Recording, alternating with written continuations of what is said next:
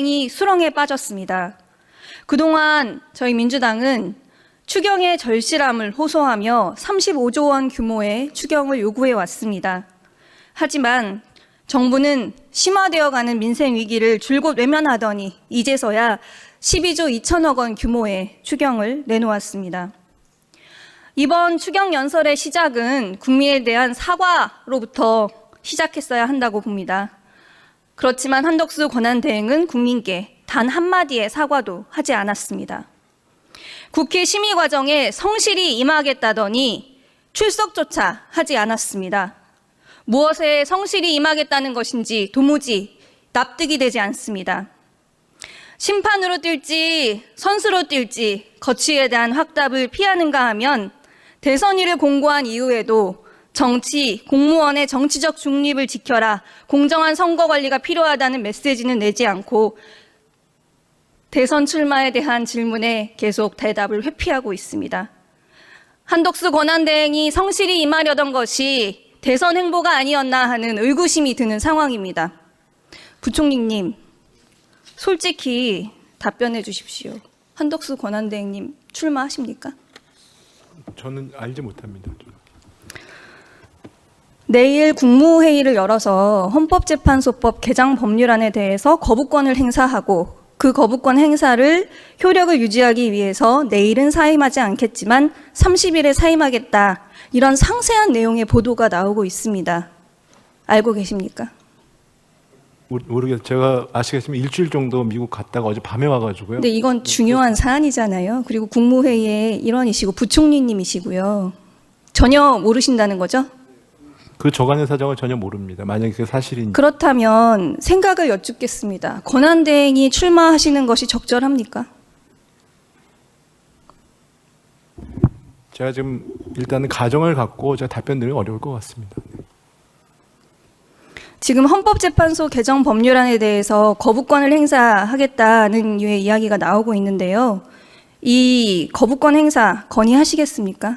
국무회의 일원이시잖아요. 네, 근데 일단은 제가 주무부서 장관이 아니어서 그래도 부총리님이시니까 부총리님 견해가 중요하신 것 같고 저는 국무의원으로서 독자적인 견해를 가지고 계실 것이라고 기대를 하고 있습니다. 건의하시겠습니까? 뭐 제가 일단은 내일 국무회의에 그게 올라가는 것조차를 제가 지금 모르고 있는 상황입니다. 사실은 죄송합니다. 근데 지금 그 헌법재판소법 개정 법률안이 어떤 내용입니까? 선거로 선출되지 않은 그런 권한 대행은 대통령과 달리 민주적인 정당성이 의심되기 때문에 지금 헌법재판관 후보자 지명행위를 할 수 없다는 취지로 지금 헌법재판소가 효력정지 가처분 신청을 인용을 했습니다. 그 취지를 살리기 위해서 만든 것이 이 헌법재판소 개정 법률안이잖아요. 지금 국가의 운영과 관련한 중요한 법률이고요. 이거에 대해서 저는 거부권 행사하지 마십시오라고 부총리님이 건의하셔야 한다고 생각합니다. 제가 네. 내용을 다시 보겠습니다. 곰곰이 생각해 보시고 내일이 바로 국무회의니까요. 적절하게 처신해 주시기 바랍니다. 부총리님 2022년 5월에 윤석열 정부 경제수석을 시작으로 하셔서 경제부총리까지 지난 3년여간 우리나라 경제정책을 총괄해 오셨습니다. 지난 3년간 우리 경제 성적표에 대해서 만족하십니까? 그렇지 않습니다. 어떤 부분이 특히 일단은 뭐 지금 현재 상황, 그러니까 윤석열 정부가 끝나는 상황에서 우리 경제나 민생이 어려움이 지속되고 있다는 그 사실 자체가 일단은 가장 그 개인적으로 네. 무거운 책임감을 느끼는 것이라고 생각하고요. 네. 다만 이제 그런 과정에서 지금까지 윤석열 정부의 경제 정책 부분에 대해서 저는 분명히 뭐 저희가 어느 정도 노력을 해서 성과라고 얘기하는 것들도 있을 수 있다고 생각하고 그렇지만 아쉬운 측면도 많이 네, 경제 있다고 성적표에 만족하지 못하신다고 말씀하신 것으로 이해되고 저도 그러한 진단에 대해서 다행이라고 생각합니다. 그런데 우리 경제가 정말 어려운 상황이잖아요. 지금 1분기는 충격적으로 마이너스 0.2% 성장률이 나왔습니다. 그리고 지난해 관리재정 수지 104조 8천억 원 적자를 기록했는데요. 2023년보다도 증가했습니다. 재정 건전성을 강조한 정부 하에서 생긴 일이기 때문에 더 우려스러운 상황입니다. 그래서 결과적으로 감세와 규제 완화를 내세웠는데 우리가 받아든 성적표는 이것이고 지금 말씀하신 대로 민생 경제가 굉장히 어려운 상황이잖아요. 자영업자 폐업률이 79.4%에 달합니다. 그런데 부총리님께서 지난번 대정부 질의에서 자영업자가 어려운 건 변화를 못 따라간 부분이 있다. 변화를 못 따라가서 어려운 것이다. 이런 취지로 답변하셨어요. 여전히 그렇게 생각하십니까? 그 맥락 자체는 그 얘기만 한 것이 오해입니까? 아니고요. 네, 그렇습니다. 왜냐하면 저희가 자영업자에게 재정으로 지원을 해서 현금을 주는, 그러니까 예를 들어서 어려웠기 때문에 그런 재정 지원도 필요하지만 여러 구조적인 어려움도 있고 또 부채에 누적된 어려움이 있기 때문에 네. 저희 정부가 그런 것들을 같이 맞춤형 지원을 하는 게 필요하다라는 뜻에서 말씀을 드린 겁니다. 네. 말씀하신 대로 자영업자들 목소리 듣는 게 중요한데요. 지금 목소리를 들어보면 매출 부진의 주요 원인은 내수 부진에 있다. 경기 침체, 그리고 각종 비용이 증가하니까 이런 부분은 다 지금 정부도 인정하기 때문에 이번에 추경에서 1조 3,700억 원 규모를 그 자영업자를 지원하는 취지의 상생 페이백 제도를 통해서 지원하겠다는 거 아닙니까? 맞죠? 네, 그렇습니다. 네. 이게 사실 현금 살포, 뭐 지역 화폐 이런 것과 취지가 다르다고 말씀하실 수도 있지만 저는 동일하다고 생각합니다. 그냥 자영업자들한테 더 정부 예산으로 소비 진작을 위해서 지원을 하는 거잖아요. 그런데 그 방법이 지금 상생 페이백이고요. 상생 페이백 제도는 어떤 제도입니까? 부총리님이 좀 설명을 해주세요. 네, 뭐 일정 규모 이하의 그 영세한 소상공인에게 어떤 우리 국민들이 이제 소비를 할 경우에 소비의 뭐 20% 소비 증가의 20%까지 해서 30만 원 한도 내에서 그 페이백을 그러니까 온누리 상품권을 지급해 주는 디지털 온누리 상품권, 그것도 그렇습니다. 디지털로 환급해 주는 제도입니다. 사실 총리님도 설명하시면서 어떤 생각하셨는지 모르겠는데요. 저는 이 제도를 염두에 두고 이 제도 때문에 소비 진작이 과연 이루어질까 하는 의문이 들었습니다. 연매출 30억 원 이하의 그 점포에서 신용카드를 작년보다 더 사용을 했어야 하거든요. 제가 신용카드를 들고 가서 어디에 쓰면서 여기 이거 내가 이번에 상생 페이백 받을 수 있으니까 더 써야지 이런 생각을 할까요? 그런 생각을 하기 굉장히 어려울 것 같고요. 네, 일단 그 제도의 목적 자체를 생각해 보시면 소비를 늘리기 위한 거잖아요. 그리고 소비를 늘리기 위한 것이라기보다는 영세 소상공인을 지원하는 효과가 그렇죠. 큽니다. 영세 그러니까 소상공인들에 그래서 대한 상생이라고 소비를 하는 거 늘려서 아니겠습니까? 지원을 하는 네. 거잖아요. 그리고 근데 지원하는 방법이 오로지 왜 디지털 온누리 상품권으로 지원을 해야 하나요? 이 디지털 온누리 상품권이 전체 소상공인 중에 가입률이 얼마나 되는지 아시죠?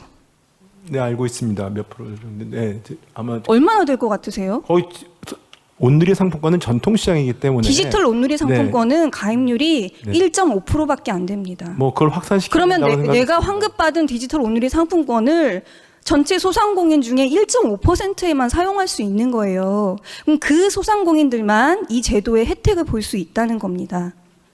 저는 말씀하셨잖아요. 민생경제 어렵다고 말씀을 하셨고요. 그래서 이런 제도로 소상공인들, 자영업자들을 지원하겠다고 하셨습니다. 그럼 지금 사실 저는 부총리님이 제대로 설명 못 하셨다고 생각하는데요. 이 제도를 통해서 소상공인들 정말 제대로 지원할 수 있는 것인지 다시 한번 생각해 보시라 그렇게 말씀을 드리고 싶습니다. 행정안전부 차관님께 질의하겠습니다. 예, 기조실장. 기조실장님이시죠? 이번 추경에서 재난 대응 3.2조 원이 편성되어 있고요. 행정안전부 6,600억 원 집행하셔야 되죠. 이 정도로 피해 복구 지원이 가능합니까? 예, 저희 부처로서는 최대한 지원하기 위해서 예산을 반영했다는 말씀을 드리겠습니다. 최대한 지원해서 얼마나 가능할 것 같으세요? 지금 아직 그 복구 계획이 수립되지 않아서 그 피해 그 정확한 산정은 안 됐습니다만. 근데 6,600억 원 편성할 때는 이 정도는 지원해야겠다 이런 목표를 가지고 하셔야 될 것 같은데 조금 의문인데 제가 한번 따져본 거를 말씀드려볼게요. 전체 주택 전소 피해 규모가 3,618호가 됩니다. 그런데 피해 지역 이 계획에 따르면 피해 지역 인근 신축 매입 임대를 공급하는 게 1,000호 공급하고요. 400호에 대해서는 복구 용도의 대출, 저리 대출을 지원하겠다고 합니다. 그럼 1,400호 정도가 혜택을 입겠죠. 근데 전소된 주택은 아까 말씀드렸듯이 3,618채입니다.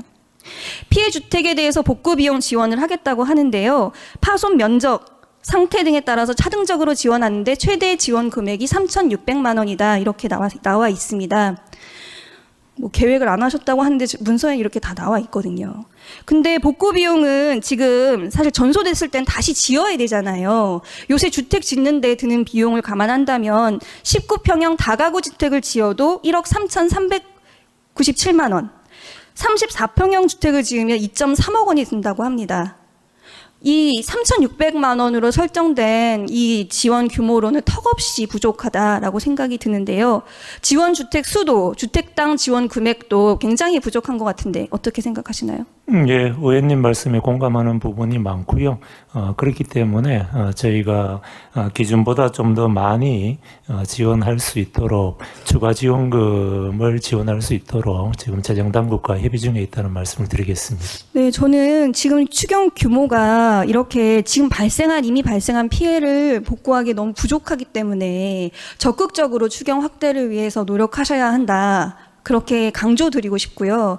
더군다나 지금 이거는 이제 복구 비용은 항상 산불 복구 계획과 실제 집행이 어떻게 이루어졌는지를 그동안 데이터를 찾아보니까 2019년 강원 동해안 산불 같은 경우는 처음에 피해 조사를 했을 때는 1,291억 원이었는데 실제로 복구 비용은 1,725억 원이 들었습니다. 2022년에 역시 동해안 산불 같은 경우도 처음 조사했을 때 2,260억 원이었는데 실제 복구 비용은 4,000억이 넘었어요. 근데 지금 이 경북 산불은 규모가 역대급이잖아요. 2022년 대비로도 2배 이상이나 되기 때문에 당초 처음에 조사했던 것보다 훨씬 더 많이 들어갈 수 있다. 그런 측면에서도 지금 추경을 할 때 그리고 앞으로 또 만약에 또 추경을 더 하게 된다면 이런 부분을 더 현실적으로 반영을 해야겠다. 이런 생각이 듭니다. 그리고 앞서 이제 질의응답 과정에서 산불의 원인에 대해서 기후변화 뭐 이런 말씀들도 하셨는데요. 앞으로 계속적으로 이런 산불이 증가할 것이란 예측이 나오고 있지 않습니까? 그래서 기후재난 대응 예산을 확대하고 대응 체계를 고도화하는 데 있어서도 저는 행안부가 계획을 가지고 있으셔야 할 것 같은데 혹시 계획이 있으신가요? 예, 뭐 말씀하신 부분과 관련해서는 저희가 기후 변화에 따른 재난이 대형화되고 증가하고 있기 때문에 지난 2023년 12월 달에 관계부처와 함께 기후 위기 재난 대응 혁신 방안을 만들었습니다. 거기에 따라서 저희가 지속적으로 투자를 확대할 계획을 갖고 있다는 말씀을 드리겠습니다. 네, 해당 내용을 저희 의원실로 한번 제출해 주시고 앞으로 어떻게 할 계획이신지 한번 더 꼼꼼하게 따져볼 기회를 가지면 좋을 것 같습니다. 네, 그렇게 하겠습니다. 네, 다시 저 부총리께 질의 드리겠습니다. 이번 추경에 포함되지 않은 내용인데요. 에너지 복지, 사실 기후와도 관련이 있는 문제인데 에너지 복지와 관련한 예산입니다. 폭염이나 한파 같은 극단적인 기후 현상이 증가하면서 이제 저소득층에 대해서 에너지 복지를 지원해야 된다는 그런 이제 주장들이 증가를 하고 있는데요. 특히 주거 환경이 이제 저소득층이 살고 있는 주거 환경이 기후 위기에 더 취약하기 때문에 그렇습니다. 지금 31년 이상 주택에 사는 비율이 1, 2분위의 경우에 28.8%에 이르는데 90분위는 7.4%밖에 안 될 정도로 이런 주거 환경의 격차가 굉장히 큰 상황입니다. 그런데 우리 에너지 복지 체계를 보면요. 현물 지원을 중심으로 하고 있거든요. 사실 윤석열 정부에서도 에너지 바우처 예산을 굉장히 늘리면서 에너지 복지를 신경 쓰겠다는 식으로 말씀을 하셨는데요. 실질적으로 에너지 바우처 예산을 늘리는 것은 에너지 복지 확대에 별로 도움이 안 됩니다.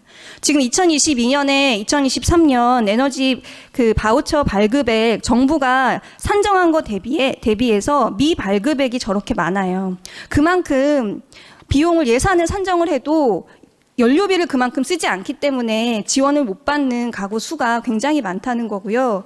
우리가 에너지 비용을 현물로 지원할 게 아니라 주택의 에너지 성능을 향상시키는 방향으로 에너지 복지 프로그램을 변경을 해야 한다는 점을 의미한다고 저는 생각을 합니다. 그런데 올해 예산을 보면요. 에너지 효율 개선 사업 예산이 줄었어요.